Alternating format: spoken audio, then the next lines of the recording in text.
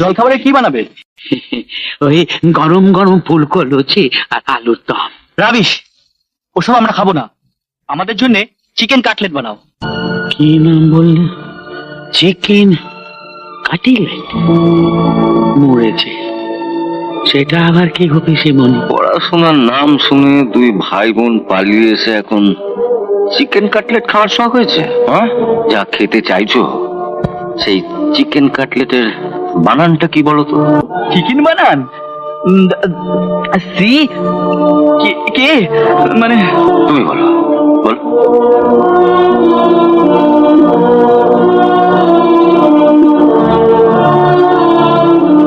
যাকে তুমি বলো। ওই তো C K, C I K, C K মানে